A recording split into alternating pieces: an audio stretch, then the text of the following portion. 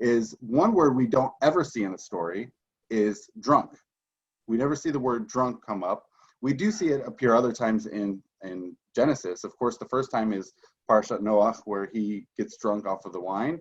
We also later see it in in the book of Genesis when Joseph's brothers go to Egypt, that they have a nice little banquet, they have a mishteh, and they all get drunk. And nothing happens. They all just get drunk. It's really fascinating. But here it doesn't even use that word of drunk. It's just, to some degree, it's just he's so far gone in his drunkenness in the consumption that it just says he doesn't know what's going on. He just doesn't know what's flying. Right.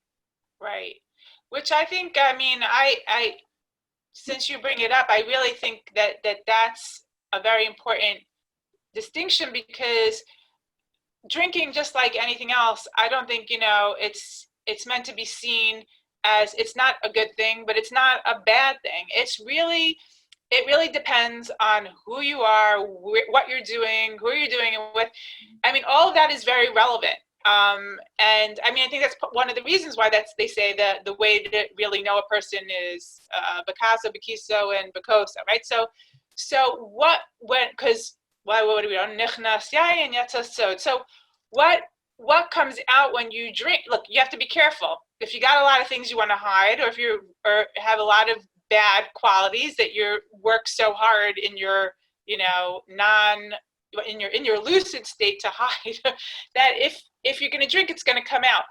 But I think if you're drinking can be used for kedusha, or it could be used to a disgrace, and it depends how you do it, where you do it, why you do it, who you are, know yourself, and do it responsibly, and then everything's okay. It's just when it can go wrong, it can go very, very wrong. Just like a speeding car is a bad thing on the road, but if it's an ambulance, it could save a life.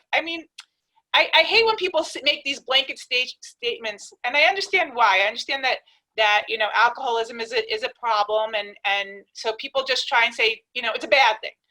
But I just think that's not the right way to go about something. I think that it doesn't cure the problem if you just don't have alcohol. An alcoholic goes to alcohol for a reason, just like any other problem. So it's really about just knowing how to use it responsibly. And it could be for the highest kedusha, like we know. You use it for kiddush, you use it for all sorts of things that are holy. So, and even just the way that the book of Genesis or Sefer Bereshit, positions wine. Yes, we have these two early stories involving both Lot and his daughters and Noach and his sons, and there's some.